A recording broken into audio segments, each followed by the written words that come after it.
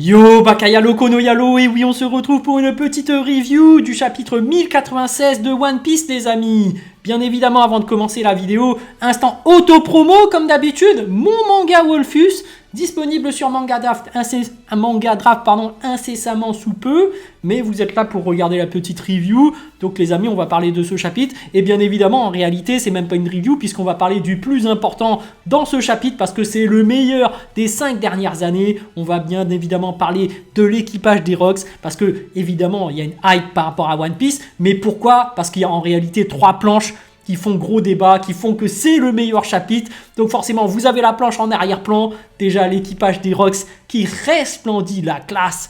Regardez, Barbe Blanche, Big Mom, Kaido, Shiki. Donc on voit tellement de puissance dans cette image que c'est incroyable.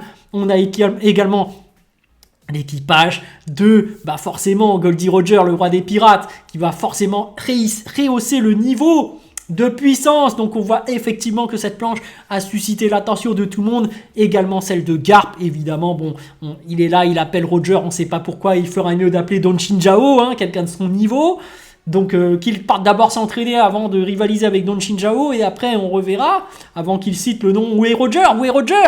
On sait très bien que lui, il y aura une, comment dirais-je, un éboulement, donc ça fait qu'il y aura des pierres qui vont tomber, il y aura des civils qui seront en difficulté, qui seront enfermés, donc on va faire appel à Garp pour les sauver. Il va casser ces espèces de rochers pour créer une brèche pour que les civils puissent s'échapper, donc ce sera ça principalement le rôle de Garp dans cette aventure, évidemment.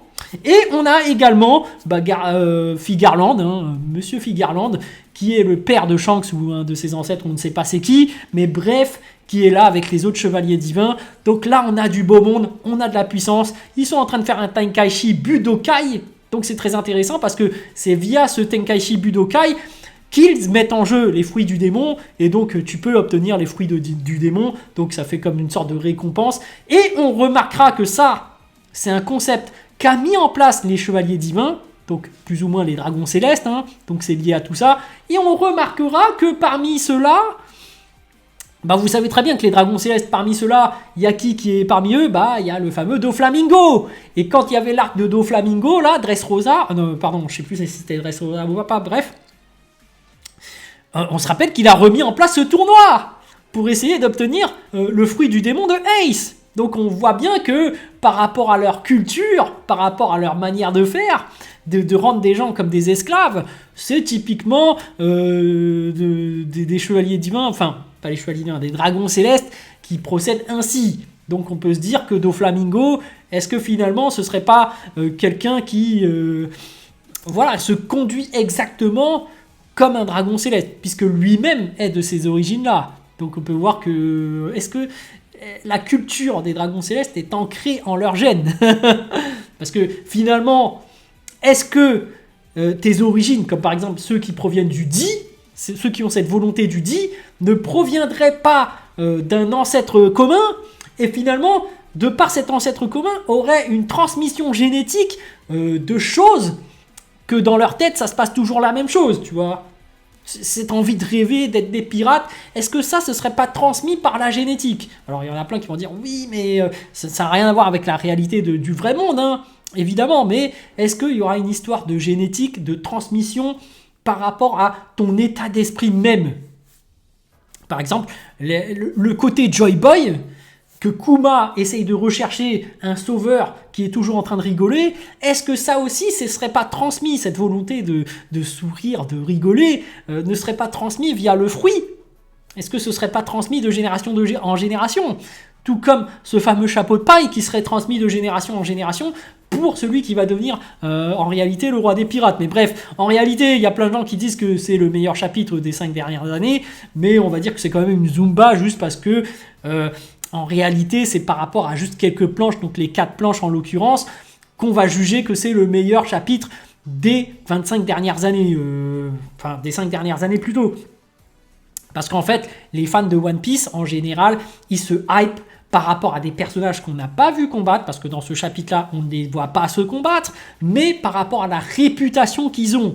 Par exemple, il y a des gens qui sont en train de fantasmer sur Mihawk et sa puissance, mais on l'a jamais vu se battre et on le verra peut-être jamais se battre. Bon, on sait très bien que je me suis pris une drill, parce que j'ai dit qu'on verra jamais Shiki en vrai dans le manga, et là, il se figure qu'il est là, donc on va dire que ce n'est pas...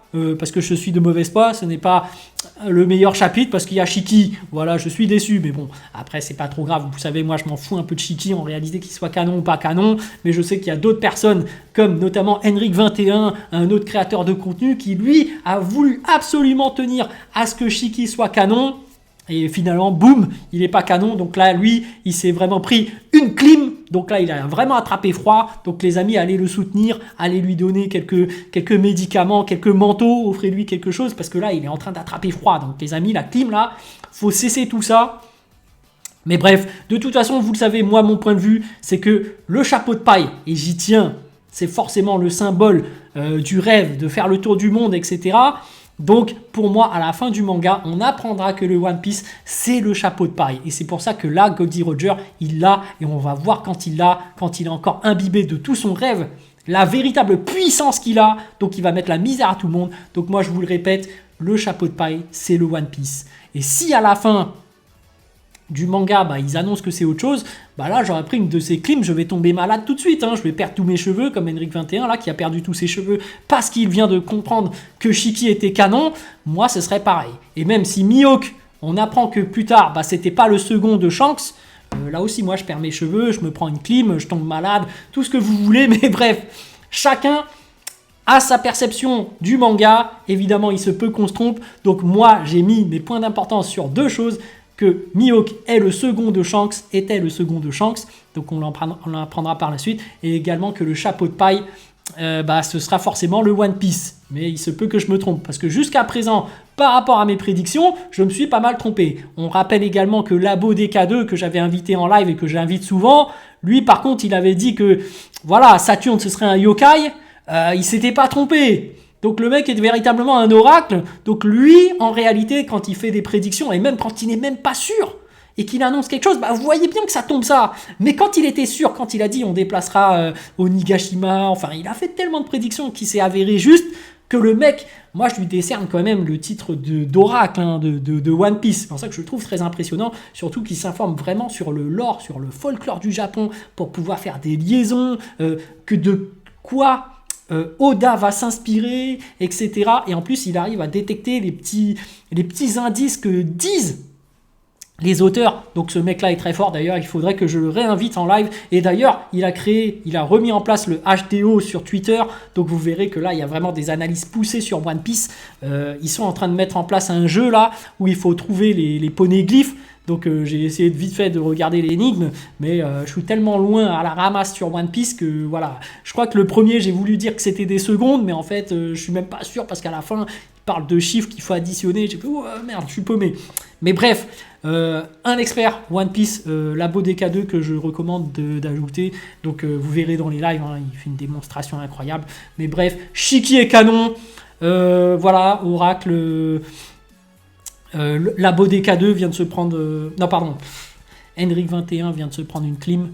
Donc moi, ma clim viendra bien plus tard. Je suppose, mais ça se trouve, j'aurais raison, on sait jamais. Mais je vois déjà des gens qui sont en train de me dire « Ah, tu vas voir, c'est n'importe quoi ta théorie, c'est pas possible que le chapeau de paille ce soit le One Piece puisque Roger, il l'avait déjà avant son périple, donc du coup, pourquoi il ferait tout ce périple pour aller chercher le One Piece s'il a déjà sur sa tête ?» Mais il n'est pas au courant que c'est le One Piece. Et c'est ça qui est intéressant, parce que ce n'est pas le plus important de trouver le One Piece. Le plus important, c'est tout le chemin, le voyage pour y arriver. C'est pour ça qu'il est mort de rire à la fin, parce qu'il arrive devant le trésor et il se dit « Ah, c'est le chapeau de paille, c'est ce que j'avais !» Incroyable. Mais bon, là, ça annonce du lourd. Parce que les habits, on apprend par ce flashback comment ça se présente, quelles étaient les mœurs de l'époque par rapport aux dragons célestes, par rapport aux chevaliers divins, quel rôle ils ont. Et finalement, c'est intéressant de voir que ceci perdure à travers le temps, parce que finalement on voit que les chevaliers divins sont toujours en vie et qu'ils imposent via le gouvernement mondial aussi une certaine comment dirais-je, une certaine soumission une certaine voilà, soumission envers tout le peuple, à devoir voilà, et en commandant la marine, qui sert finalement de police finalement. Donc ils imposent un peu, voilà, une dictature, je cherchais le mot. On voit quand même qu'il y a une certaine dictature imposée par les dragons célestes et par les chevaliers divins. Donc ils organisent des tournois, ils se permettent un peu ce qu'ils veulent, et on voit que tout le monde est obligé plus ou moins de les obéir.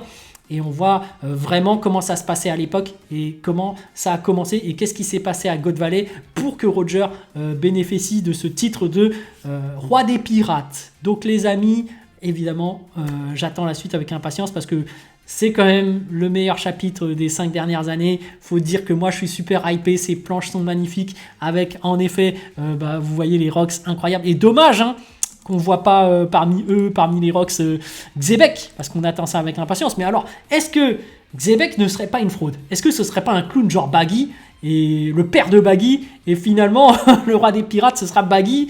Donc voilà, on ne sait pas encore, mais pourquoi est-ce qu'il n'est pas parmi eux? Mais n'empêche que quand tu regardes l'équipage des Rocks, tu te dis que même l'équipage de Roger fait pas le figure, en fait. Donc parce que là, tu as quand même 3 Yonko, Barbe Blanche, Kaido, Big Mom, et même Shiki, qui a le niveau de Yonko. Donc là, si je mets l'équipage voilà, de Goldie Roger, on voit qu'il y a un roi des pirates, certes, mais sinon il y a son second et il y a son troisième. Bah, quoique, ouais, c'est pour ça qu'il fait appel à Garp et à Sengoku. C'est parce qu'ils sont en manque d'effectifs, et qu'en termes de puissance, ce sera peut-être pas suffisant. Mais on se rappelle quand même que, voilà, dans God Valley, il y a un autre objectif. On sait qu'il y a quand même les chevaliers divins qui sont extrêmement puissants, à mon avis, dans l'histoire. Et je pense que c'est là-bas aussi, dans ce flashback, attention, petite théorie, qu'on va découvrir pourquoi Shanks va aller dans l'équipage de Roger. Pourquoi finalement Roger va recueillir Shanks. Et je pense que ce sera une requête peut-être de Figarland. À moins que ce soit Roger, vrai pirate, qui va kidnapper leur fils. Il va dire attends, moi je suis un pirate, et ton fils a l'air prometteur, allez je le prends. Ça m'étonnerait très fortement, mais on va voir qu'est-ce qui va se passer derrière. Mais on aura certainement un retour par rapport à Shanks, je pense, ses origines, pourquoi est-ce qu'il a atterri chez Roger. Et on a tous envie de savoir pourquoi Roger il est là, parce que finalement, bon bref, voilà. Sur ce, je vous dis donc à plus dans le bus, ou plutôt à plus tard dans le car, ou plutôt à bientôt dans le bateau.